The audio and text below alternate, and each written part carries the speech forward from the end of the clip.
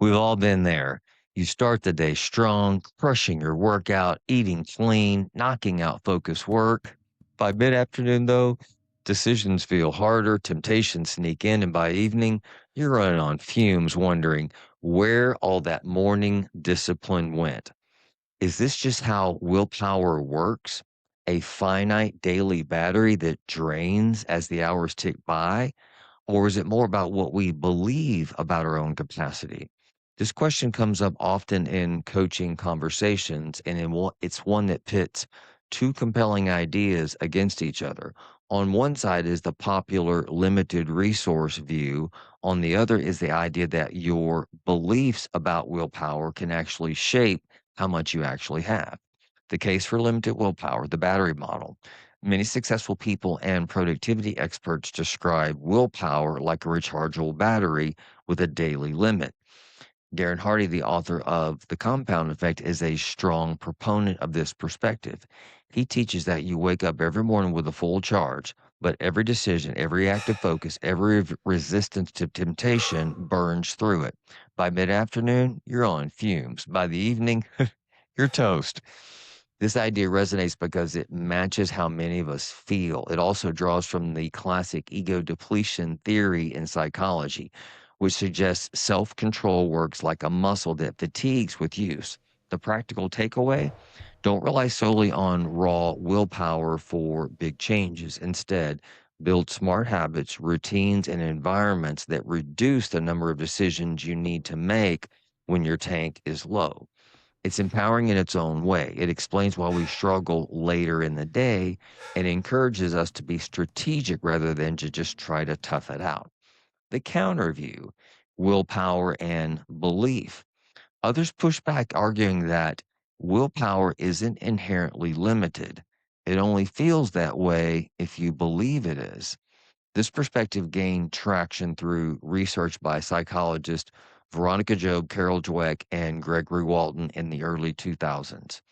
They found that people who hold a limited theory of willpower, for example, after a mentally taxing activity, I need to rest and recharge, tend to show the expected drop off in performance after an exhausting, example of self control.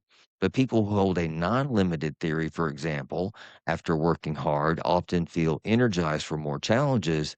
They don't experience the same depletion.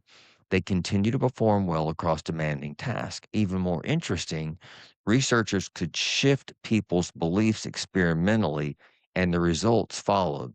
Those who saw willpower as more renewable showed better self regulation in daily life, less procrastination, greater persistence under stress, and improved outcomes such as higher grades during busy periods.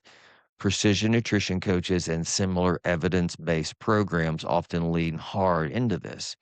They acknowledge the older finite resource idea, but highlight that reframing willpower as something that can build or sustain itself rather than strictly drain leads to better real world results for habit change, nutrition, and fitness goals.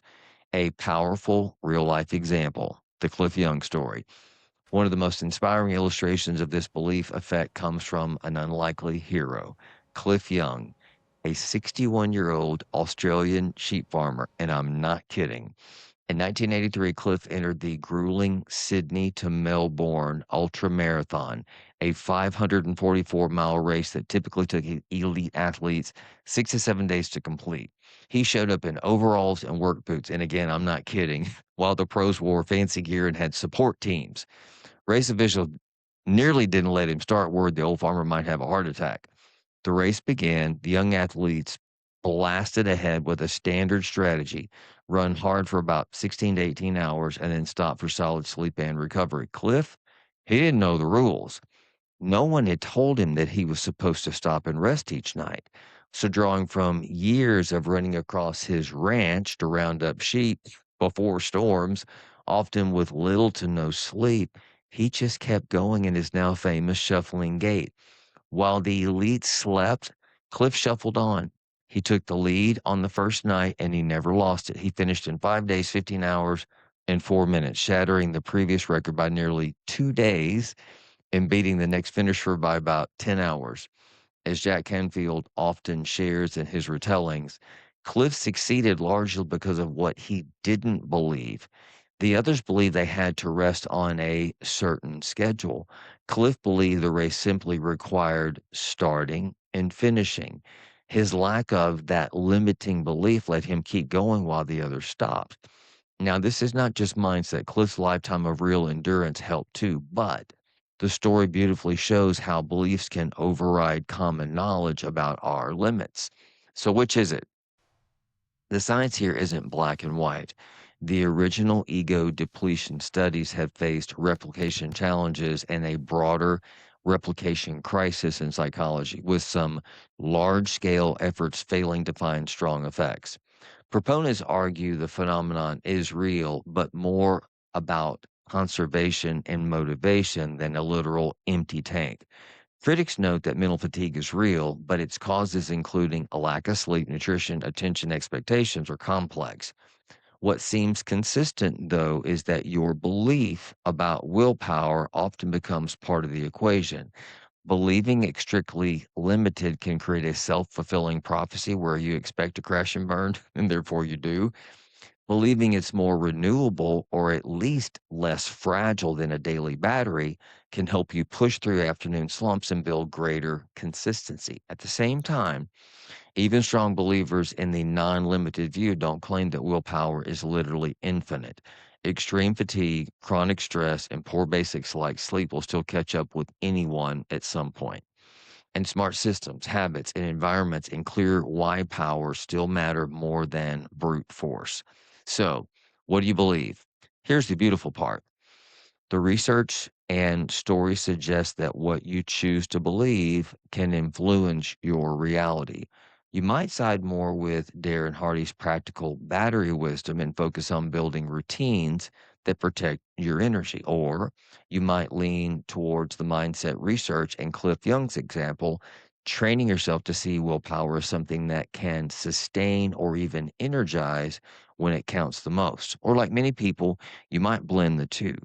Respect the feeling of depletion while consciously adopting a more empowering belief and smarter strategies. What matters most is testing it in your own life. Try reframing a tough afternoon task as energizing rather than draining and see how it feels.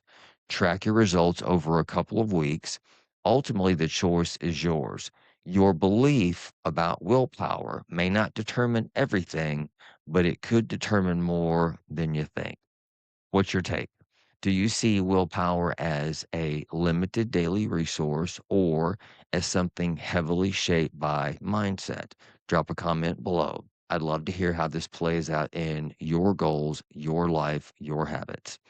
For more content on training, nutrition, recovery, mindset, and personal growth, please consider subscribing to my channel.